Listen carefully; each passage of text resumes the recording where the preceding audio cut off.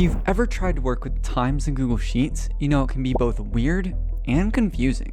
So in this video, I'm going to break down the simple concepts behind time in Google Sheets so you never get stuck wondering why your hours and minutes just don't add up.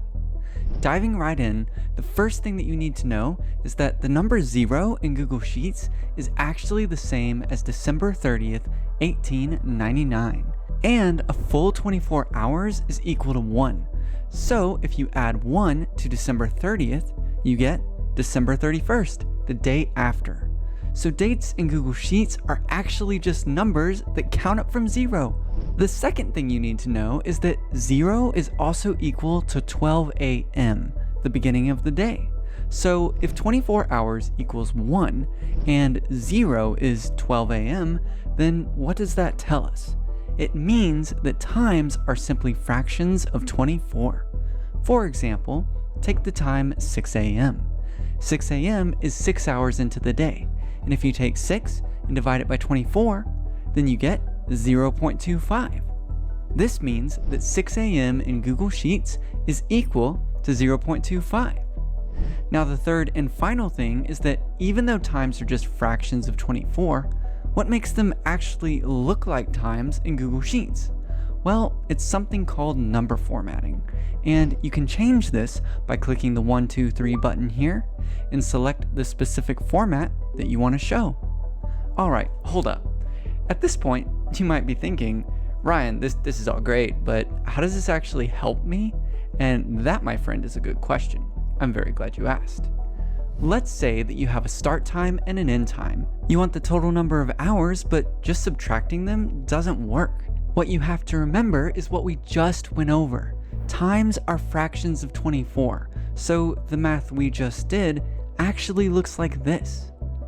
So to turn this into a number that actually represents hours, we have to remove the fraction.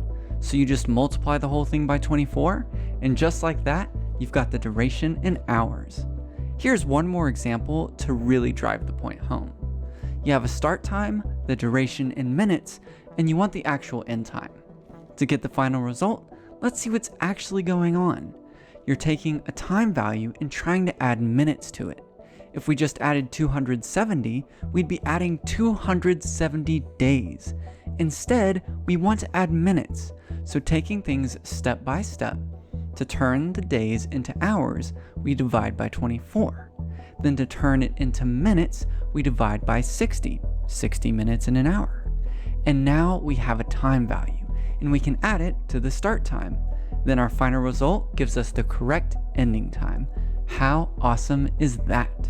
So to work with time in Google Sheets, just remember these 3 things. 1 day, or 24 hours, is equivalent to 1. 2, all times in Google Sheets are just fractions of 24. And 3, it's the number formatting that actually makes times look like times. And if you remember these 3 rules, you can master times in Google Sheets. All you need is a little bit of practice. Which reminds me, I've got a practice file for you and it's linked in the description. It includes a few different time scenarios and all of the solutions. So it's there if you need it and want some extra practice. Other than that, I think that's about everything. So like this video if you found it helpful, and if you're looking for a fun Google Sheets project, then you should really check out the All-in-One Event Planner.